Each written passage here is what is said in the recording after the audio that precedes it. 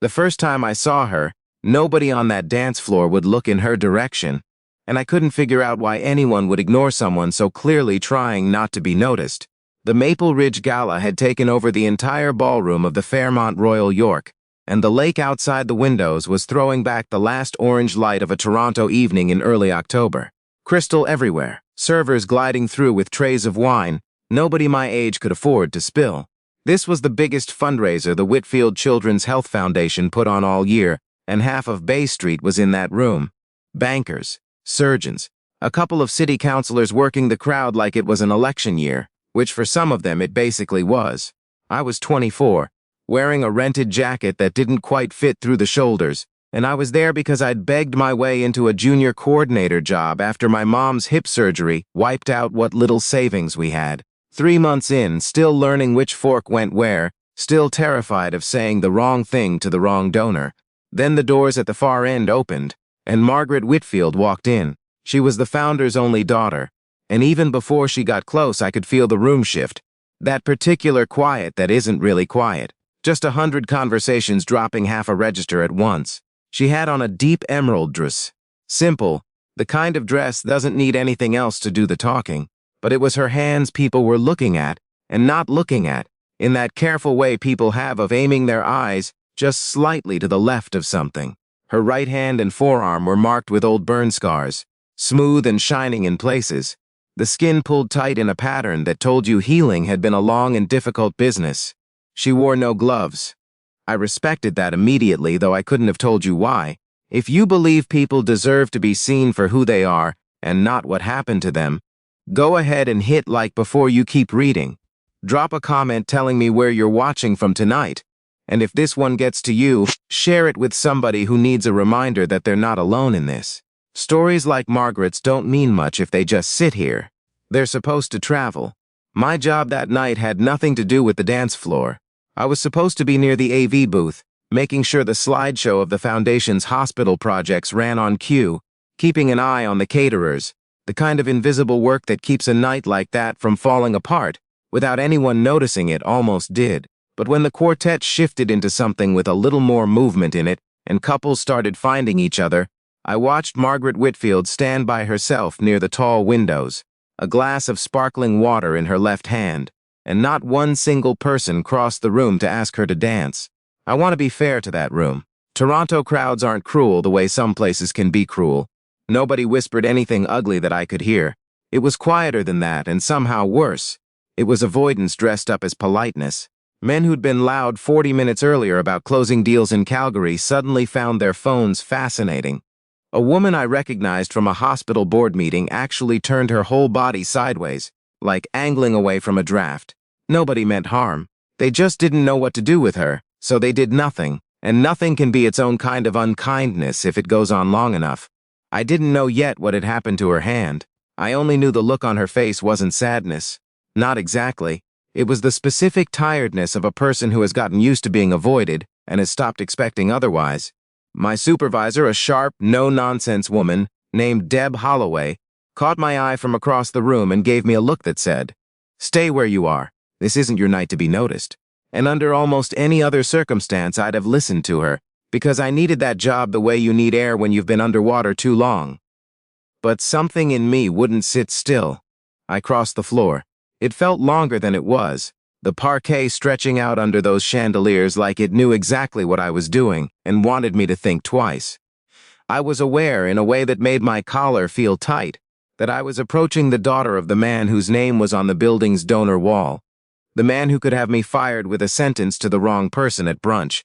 But for those few seconds, she wasn't the founder's daughter to me. She was just somebody standing alone at a party where 200 people were dancing 20 feet away. I stopped in front of her, gave a small bow because it felt like the kind of room that wanted one, and held out my hand. Asked if she'd like to dance. For a second, the noise around us seemed to fall away. Or maybe that was just me. Margaret blinked, genuinely caught off guard, like she'd already filed this evening under another one to get through and hadn't left room for anything else. Her uninjured hand came up to her collarbone, a small, automatic gesture. I thought she might say no, might tell me politely that she was fine standing there. Thank you. Instead, she set her water glass down on the windowsill and put her scarred hand in mine. Her fingers were cooler than I expected, and there was a slight tremor in them. Nerves or old damage, I couldn't tell which. We stepped out onto the floor, and I felt every set of eyes in that ballroom land on us at once. I am not, for the record, a good dancer. My older brother used to say I moved like a man trying to escape a swarm of bees, but I kept my focus where it needed to be, on her face, not her hand, on the small, uncertain smile that started to show up at the corner of her mouth as we found something close to rhythm. This close, I could see the scarring went further up her wrist than I'd realized. The skin there a slightly different texture, shinier, mapped with thin lines where grafts had been laid in. It didn't make me flinch. If anything, it made her more real to me than anyone else in that room full of polished, uncomplicated people. Scars like that don't happen by accident of vanity. They happen because something tried very hard to take something from you, and you held on anyway. The quartet eased into a slower number, and so did she. Her shoulders, which had been up near her ears when I first took her hand, came down. The tension in her fingers let go bit by bit. She looked up at me with an expression I can only describe as disbelieving, like she was waiting for the part where this turned out to be a joke or a dare from someone watching from across the room. It never came. For a few minutes, the whispers, real or imagined, stopped mattering to me. The room narrowed down to the sound of a cello and the particular quiet of two strangers, figuring out how to move without stepping on each other. About halfway through the song, I noticed a man on the mezzanine level, leaning on the railing with a drink he wasn't touching, watching us without trying very hard to hide it. I didn't need anyone to tell me that was Robert Whitfield. His face wasn't angry. It was something more complicated than angry, careful, assessing. The look of a man recalculating, something he thought he already understood. I felt the full weight of what I'd just done settle into my stomach. Margaret wasn't just any woman standing alone at a gala.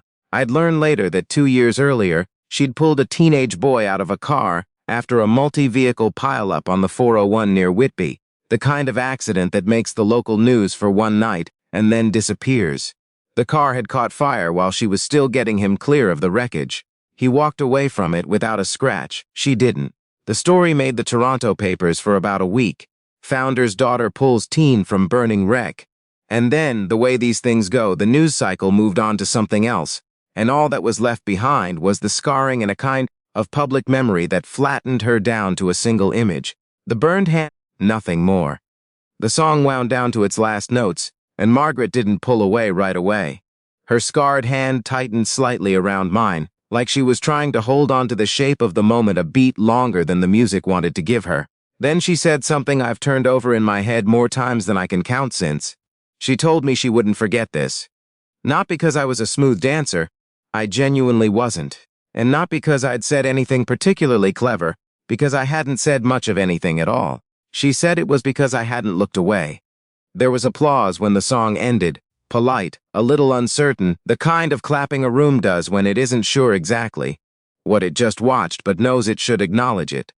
But something in the room had shifted. A couple of guests drifted over afterward, started actual conversations with her. Awkward at first and then less so. The ice, such as it was, had a crack running through it. I figured that was the end of my involvement in any of it. A nice thing that happened once, the kind of story you tell your mother over the phone and then file away. I was wrong about that. The next morning I got a call asking me to come up to the 40th floor of the Whitfield Group's office tower on Bay Street. The kind of building where the elevator alone makes you feel underdressed. My stomach was doing something complicated on the ride up. I figured I was getting let go for stepping outside my role, for putting myself in a spotlight that wasn't mine to stand in. Instead, I found Robert Whitfield behind a desk that looked out over the lake, studying me for a long moment before he said anything at all. He asked me why I'd done it. I told him the truth, because I couldn't think of a version of it that wasn't true.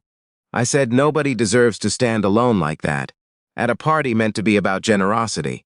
He didn't answer right away. Then he told me something that knocked the wind out of me a little. Margaret hadn't gone to a public event in close to a year before that night. She'd turned down therapy more than once, turned down interview requests, turned down nearly everything that put her in front of people. But after the galas, she'd asked her father who I was. That conversation in his office ended up redirecting the whole shape of my life. He offered me a position, not on the event side, but with the foundation's community outreach arm. the part of the organization that actually got into burn units and rehabilitation centers across Ontario, rather than just writing checks from a tower downtown. He was careful to tell me it wasn't because I'd impressed him professionally. It was because, in his words, his daughter had smiled for the first time in longer than he wanted to admit. I started spending my days coordinating hospital visits for burn survivors and setting up scholarship funds for the kids of first responders, the kind of work that doesn't show up on a highlight reel, but matters in rooms most people never see. Margaret started showing up to those same meetings quietly at first, standing near the back, then closer to the front, slowly taking back spaces she'd written off as not hers anymore. The first time she spoke in public again was at Sick Kids, in front of a ward full of young patients who'd been through their own versions of what she had. Her voice shook a little as she pulled back the light scarf she sometimes wore over her wrist and showed the room her scars without apology. She told them survival wasn't something you had to hide. I stood off to the side of the small stage they'd set up, and I don't think I've ever felt prouder of anyone in my life, including people I've actually known longer than a few months. It wasn't a straight line forward from there, though. It never is. Old photos of her surfaced online, the kind of comments under them that people only write because they think nobody real is on the other end. A couple of board members raised quiet concerns about whether her visibility might affect how donors perceived the foundation's image, the kind of phrase that sounds clinical until you realize what it's actually asking. I watched her read those comments one night after a donor dinner, sitting in her car in the parking garage with her phone lighting up her face, and I saw that old tiredness come back into her eyes for a minute. I reminded her of the ballroom, of the night she chose to put her water glass down and take my hand instead of standing there a little longer waiting for it to be over. A year went by. The foundation's donations nearly doubled, mostly because people respond to honesty in a way they never respond to polish. Burn recovery programs expanded out from Toronto into Hamilton and London, Ontario. More than any of that, though, Margaret started walking into rooms without bracing herself first.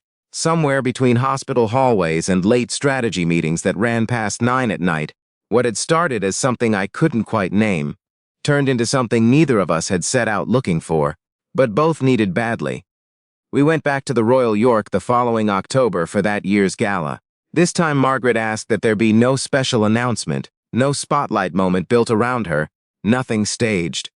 Just the night, as it would have happened to anyone. When the band started up, she turned to me first, before I'd even thought to ask. There were no sideways glances this time, no one angling their body away. We walked onto the floor as two people who'd simply chosen each other, nothing more dramatic than that. As we danced, she leaned in close and told me that for a long time after the accident she'd believed her life as she'd known it, the version with love in it, with belonging in it, had ended on the 401 that night. She said what happened between us at that first gala had never really been about romance. Not at the start, it had been about dignity. She told me I'd given that back to her, and that she didn't know how to repay something like that, only to carry it forward. If any part of this reached you tonight, take a second to like the video, send it to someone who's been made to feel like they're not enough exactly as they are, and subscribe if you want more of these. And before I let you go, if you believe every scar carries a story worth respecting, drop the word "seen" in the comments. I'd like to know how many of you are out there. Here's what that October in Toronto taught me, more than anything else before or since. Courage doesn't always look like pulling someone from a burning car. Sometimes it looks like crossing a quiet ballroom floor while everyone else finds a reason to look at their shoes. Margaret told me once she'd never forget that night. The truth is, neither will I. Not because of the scars, but because of what she taught an entire room, and one nervous junior coordinator in a jacket that didn't fit, about what it actually costs to let yourself be seen.